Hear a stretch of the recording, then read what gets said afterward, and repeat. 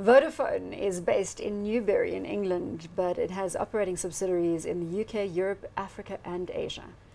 Right, so I mentioned earlier, this is the company. They owned a 45% stake in Verizon Wireless, but they now don't own that anymore. They got paid out in a whopping $100 billion check for that.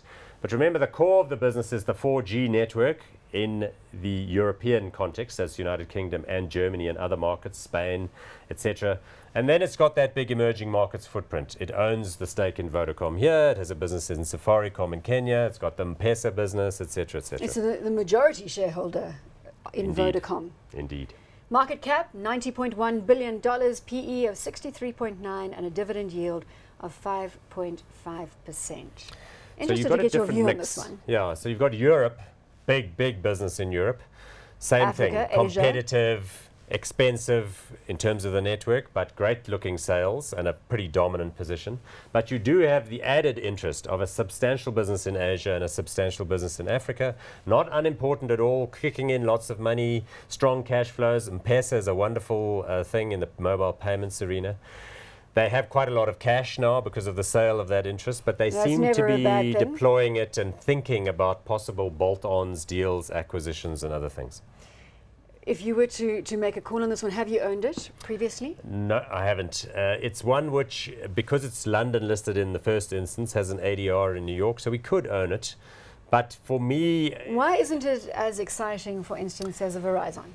It's just a little bit of strategic uncertainty about where it's going exactly. So Europe, we know, has been very sluggish in the retail environment, so they've had concerns about over-capitalizing the network and not quite seeing the sales. I think Europe's probably on the mend, as we've seen recently, but it could be a long haul. Well, it's a bit of a project over the Eurozone as to whether the quantitative easing from the ECB is actually going to yield any results. Yeah, it's an experiment in motion. And whilst we like the Vodacom business, there have been some rumblings in Kenya with regard to Safaricom, where the government's wanting to kind of move against it because of its monopoly position.